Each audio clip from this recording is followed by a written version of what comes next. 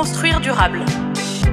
Un podcast de Saint-Gobain sur celles et ceux qui inventent et vivent le futur de la construction. Je l'ai dit dans le premier épisode de cette série, je suis une vraie citadine. J'ai grandi en ville et honnêtement, je ne me vois pas vivre ailleurs. Certes, mon appartement est petit, mais je passe beaucoup de temps à l'extérieur, donc ça me convient très bien. Le seul problème, c'est que je suis directement exposée à la pollution, qui touche davantage les métropoles que les campagnes. Les villes doivent se réinventer pour faire face à ces défis et favoriser le bien-être des habitants. Saint-Gobain participe à cet objectif avec des projets plus respectueux de l'environnement, comme la construction de son propre siège à Paris qui a reçu les plus hautes certifications en matière environnementale. Mais au-delà du seul bâtiment, réinventer la ville implique de repenser un territoire dans son ensemble pour prendre en compte les besoins des habitantes et des habitants et leur bien-être à long terme. C'est justement ce qu'a fait Claire Doussard, ingénieure et urbaniste spécialisée dans l'aménagement et la construction durable. Après une école d'ingénieur où elle s'est spécialisée en ingénierie du paysage, elle a complété ses connaissances techniques par un deuxième master en urbanisme aux États-Unis. Là, elle s'est intéressée à la conception de projets d'aménagement du territoire. Mais plutôt que de piloter directement des programmes, elle a préféré s'orienter vers la recherche. Ce que j'aimais faire, c'était écrire des papiers, faire de la recherche sur des sujets en lien avec l'urbanisme et l'environnement. Et c'est pour ça que je me suis orientée vers une thèse de doctorat sur les écoquartiers et comment on évalue en fait, ces écoquartiers dans différents contextes internationaux. Après son doctorat, Claire a commencé à enseigner à l'École spéciale d'architecture de Paris. Elle fait aussi beaucoup de recherches, académiques, mais aussi pratiques. C'est ce qu'on appelle de la recherche-action. Elle accompagne différents acteurs, comme des entreprises ou des collectivités, dans leurs projets d'aménagement. J'essaie vraiment d'avoir cette flexibilité-là et de développer un peu ce modèle finalement de recherche-action et de recherche indépendante. Je pense que c'est ça, finalement, mon ambition de ces dernières années. Et de dire que, finalement, un enseignant-chercheur, c'est pas quelqu'un qui reste dans sa tour d'ivoire et qui va faire des recherches très pointues, très théoriques, très fondamentales et qui, finalement, va aller à la rencontre des acteurs. Quand elle accompagne un projet, Claire s'intéresse de près aux enjeux d'aménagement et de construction durable.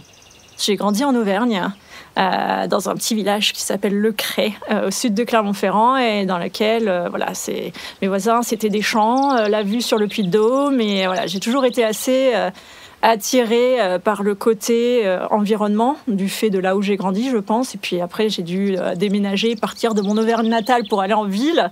Et je me suis rendu compte, en fait, que la nature en ville, c'est quand même assez important. Pour la jeune chercheuse, il faut que les villes réduisent considérablement leurs émissions carbone pour lutter contre le réchauffement climatique. Mais elle reste pragmatique. Ces changements prennent du temps et c'est normal. Il y a 2 ans, la France a adopté la RE 2020, une réglementation environnementale ambitieuse pour la filière construction. Elle impose de nouvelles normes sur l'utilisation de matériaux biosourcés et la consommation en énergie des nouveaux bâtiments. Finalement, quand j'ai parlé à certains professionnels, ces derniers me disaient oui, c'est très bien, les réglementations, il en faut, ça fait avancer les pratiques en fait, de construction des professionnels. En revanche, le faire à l'issue d'une pandémie mondiale et à un moment où il y a un conflit en Ukraine et, avec la Russie et où finalement l'acier et l'aluminium prennent 40%, donc c'est pas forcément évident de faire passer des règles environnementales dans ce contexte politico-économique. Donc c'est ça aussi le défi que l'on doit relever, c'est oui, il faut faire en sorte de construire durablement, mais tout en tenant compte de contraintes sur lesquelles on a très peu de prise, finalement. Claire a appris à tenir compte de ces contraintes dans son travail avec ses clients. Elle a notamment aidé un promoteur immobilier pour la construction de logements collectifs à Melun, en Seine-et-Marne. Au départ, la commande, on va dire, du client était, voilà, on veut construire plus écologique nos logements collectifs. Voilà, on a besoin un peu d'être accompagné sur ces sujets, sur quelle dimension on peut travailler. Donc, moi, je les ai orientés plutôt sur des dimensions environnementales et sociales. Claire a mis au point une série d'indicateurs, notamment sur la consommation d'énergie, la gestion de l'eau, la biodiversité ou encore les déchets. Donc, je suis arrivée avec mes 100 indicateurs initiaux et le client a dit oui, alors c'est bien 100, mais ça fait peut-être beaucoup. Et là, nous, on a des contraintes un peu financières et techniques. Voilà, pour tel indicateur, on ne maîtrise pas les coûts. Pour ça, nos prestataires habituels, notre archi, voilà, on ne sait pas faire. Voilà. Et puis, donc, c'est une négociation finalement qui s'engage et de regarder jusqu'à quel point on peut pousser cet acteur-là à avoir des démarches très écologiques. Claire a donc engagé une discussion avec le promoteur pour voir ce qu'il pouvait faire tout de suite, par exemple utiliser des matériaux biosourcés, et ce qu'il pouvait mettre en place à plus long terme. Elle a pu mettre ses connaissances théoriques au service d'un projet concret. Je trouve que c'est valorisant, c'est pour ça que pour moi c'est important d'avoir cette casquette un peu de recherche-action et de recherche indépendante. Parce que c'est là où on voit concrètement en fait, le résultat de nos recherches. Et que je ne reste pas dans un laboratoire, dans une salle à réfléchir, certes à rencontrer d'autres acteurs, mais aussi d'avoir une influence sur le domaine qui m'intéresse. Pour cette chercheuse, il est nécessaire de réinventer la ville pour faire face aux défis climatiques.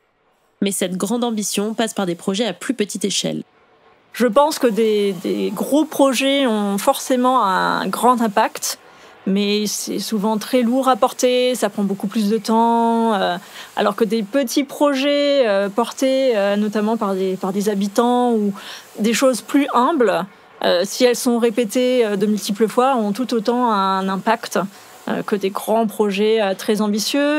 Mais souvent, la ville, c'est pas du noir ou du blanc. Enfin, c'est pas une solution et pas une autre. C'est une complémentarité de solutions avec une complémentarité d'acteurs qui réfléchissent ensemble à un projet de ville.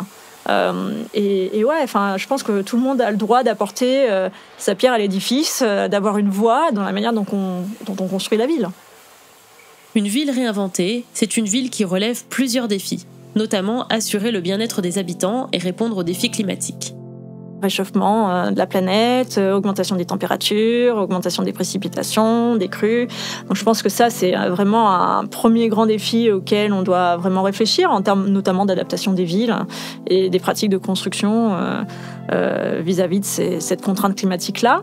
Pour Claire, ces objectifs sont atteignables, même s'ils sont compliqués à mettre en œuvre.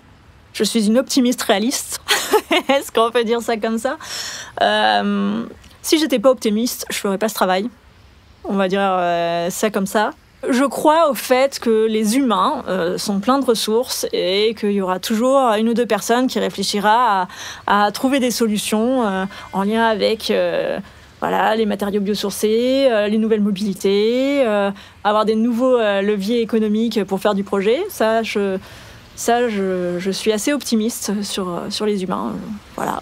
En revanche, je suis une pragmatique aussi, dans le sens où je me dis c'est compliqué. La ville, c'est un sujet complexe.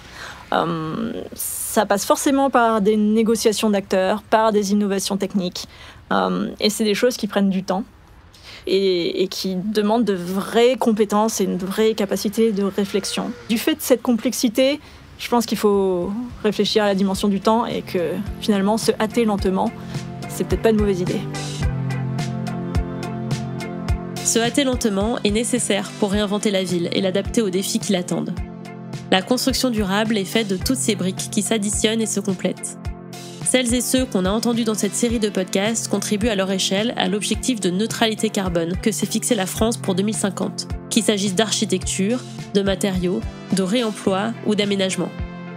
Pour ma part, je ne verrai plus les bâtiments qui m'entourent de la même façon, que ce soit ceux dans lesquels je vis, je travaille, ou ceux par lesquels je passe quand je prends les transports. Et si un jour je réalise mon rêve d'acheter et de rénover un appartement, j'aurai en tête toutes les questions qu'ont évoquées mes invités. Et vous aussi, je l'espère. Construire durable est un podcast de Saint-Gobain. Animation et écriture, Samia Basile. Réalisation et mixage, Martin Commandeur. Coordination, Barthélémy Bell et Kevin Vergobi.